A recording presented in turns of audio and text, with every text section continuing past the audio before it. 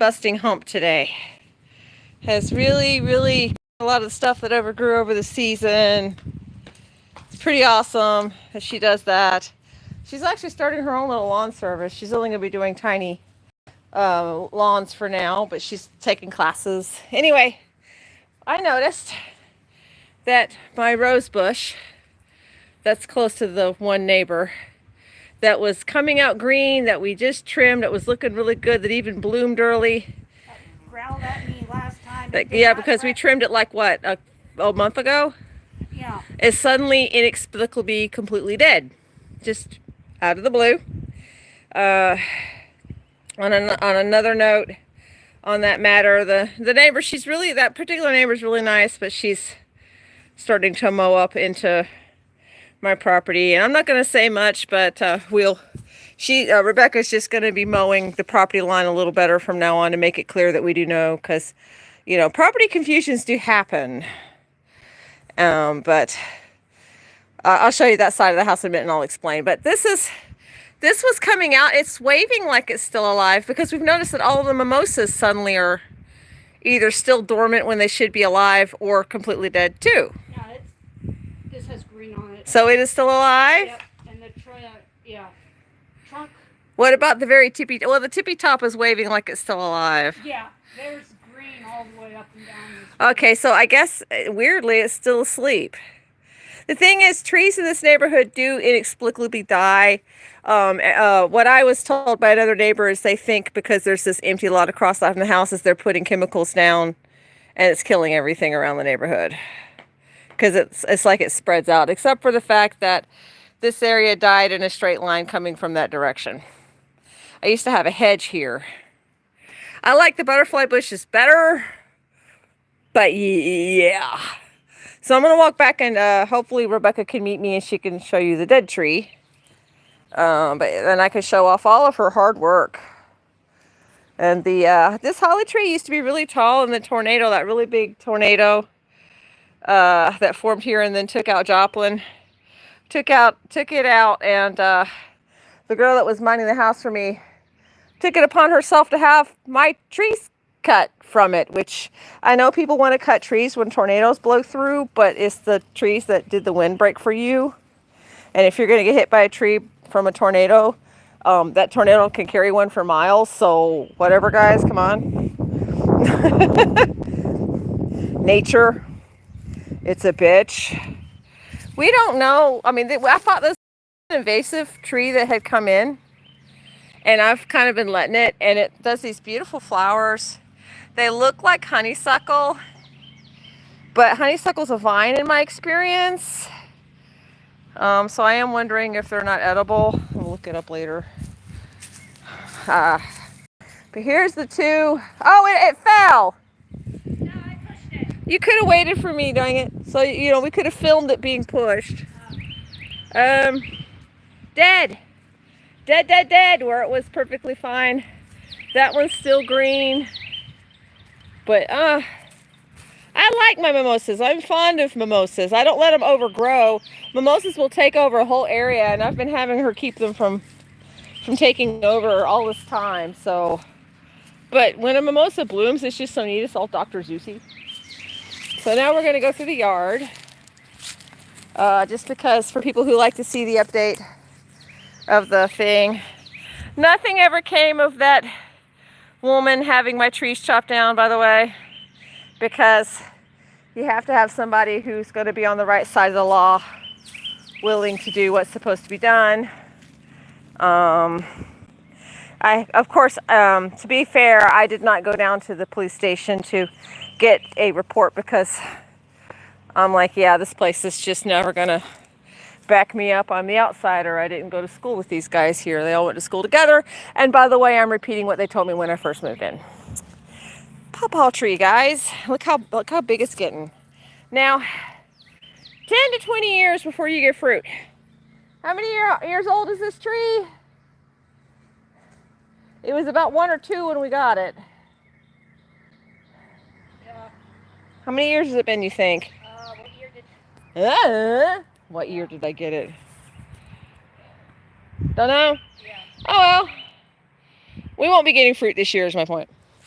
And then our pear tree.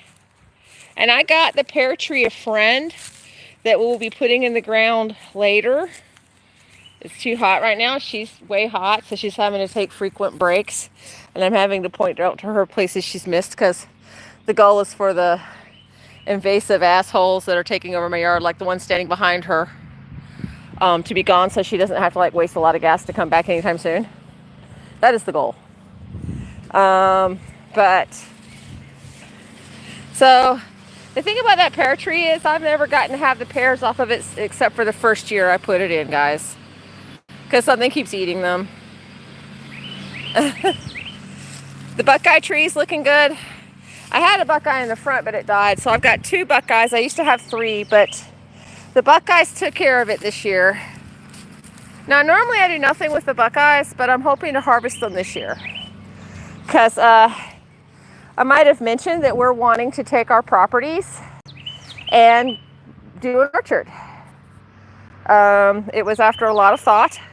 Actually, I had great-grandparents, my great-grandparents were farmers. They had 150 acres.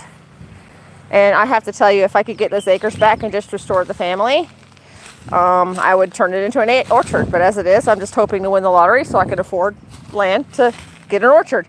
But we're working with what we got, because that's what you do. So the Buckeyes gave us a baby Buckeye, and we're nurturing it. This area's in the works. This area was worse when she gets started. She has made so much progress today, guys. And the Johnny Appleseed tree. I'm very happy. I hope that I get to see some of this fruit. The problem is we have a problem with the fruit disappearing, and it could be squirrels. It could. It could also be human. So we're gonna probably put up some cameras so that we can do things like catch what's going on. Soothe my paranoia, shall we say. But I'm gonna go now to the edge of the yard. This was a pawpaw. It may or may not make it. I don't like where it's at anyway, because we're gonna divide it into sections. And where I'm standing is where I would probably put maybe, see, we're gonna put another pear tree, one maybe over time, plus the one pear tree. That would be 4 pear trees I'm planting. You don't want too many. You need to have space in between them. But the beauty about having the trees is that it actually would help with the yard. And if we do it right, like there's an area back there we're going to keep with the, you saw it looked a mess. So what it really is in the middle of cleaning, and we're letting the saplings grow together so we can have like a little area, because these kind of things are good for your fireflies. And don't forget, this is a firefly preserve. So even though we're putting in stuff for an orchard, I'm going to be doing stuff with the preserve in mind, so that we live with nature the way I feel. Gonchi Manitu, the Great Spirit, if you will, or the spirits is where I come from. The spirits, just the way it was intended. You know, tell that to yourself however you like. That's just my philosophy, you know. We did sage and offer tobacco to the apple and the pear today.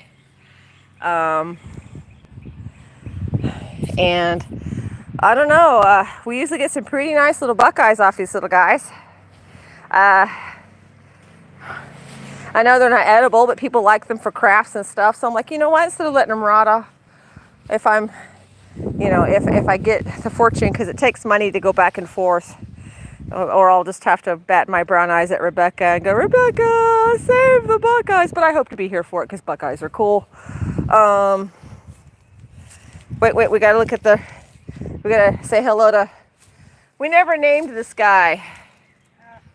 Tree man. Huh? Tree man. Well, that's what he is. Well, he needs a name. Treebeard. Isn't that a guy from LOTR? Apparently his name is Treebeard. Treebeard. I would have went for something silly like Filbert. Treebeard is good. Now, let's follow the fence line on this side at an angle. She's been actually, for those of you worried about this part, she's actually been carving it as best she can, but she only has so much equipment and so much money. And then her father passed away recently, so she's been dealing with that. But that's exactly on the property line, and I did it that way on purpose, as you may recall, so that the line actually goes through the tree, which makes the tree shared. And it goes at a pie, so that when I planted this rose, which was from her actually, she had it pulled out of her driveway because it was scratching her car. It was very large back then. And so I took it and saved it, and it's been doing pretty good. We pruned it last year and it started to really bush out. And then just recently it was green. It even put out some flowers. And now suddenly, magically, just like so many things, only in the front, it is inexplicably dead.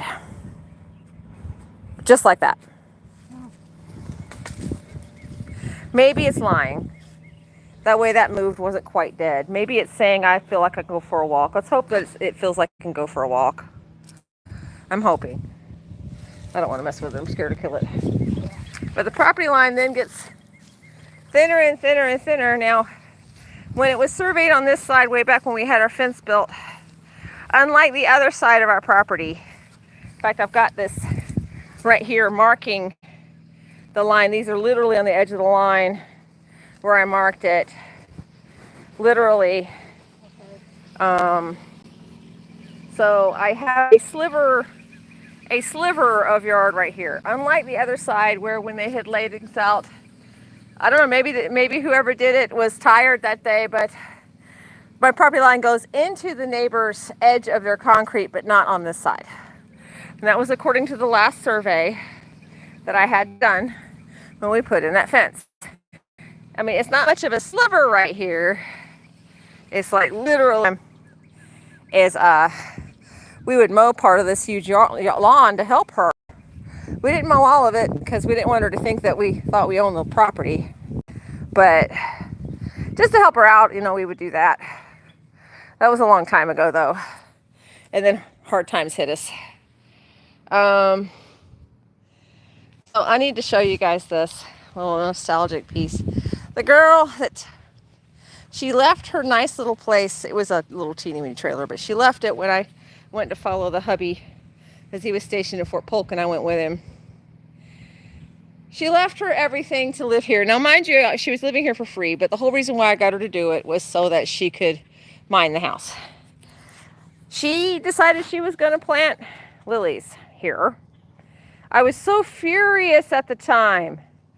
I was so mad that she did this, but now I'm like, I have these lilies, and they're my friend Stacey's lilies, and I never want them mowed, and I never want them moved. If I can do something with this spot, I don't know what I could do to include the lilies and have something. So like when the lilies come in, it's great, and then during other, it looks great. I just don't know what to do. I'm open to suggestions on that, guys. Tell me what you would do, especially if you're into gardening. Give me some ideas.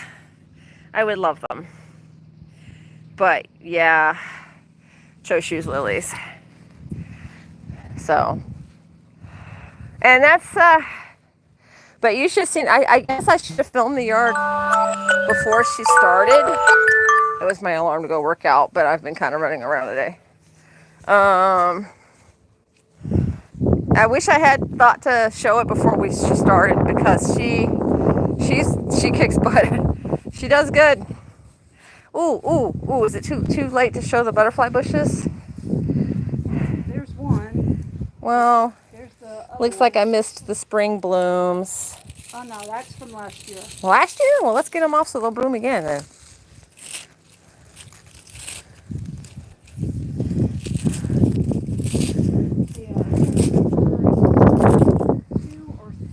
Two.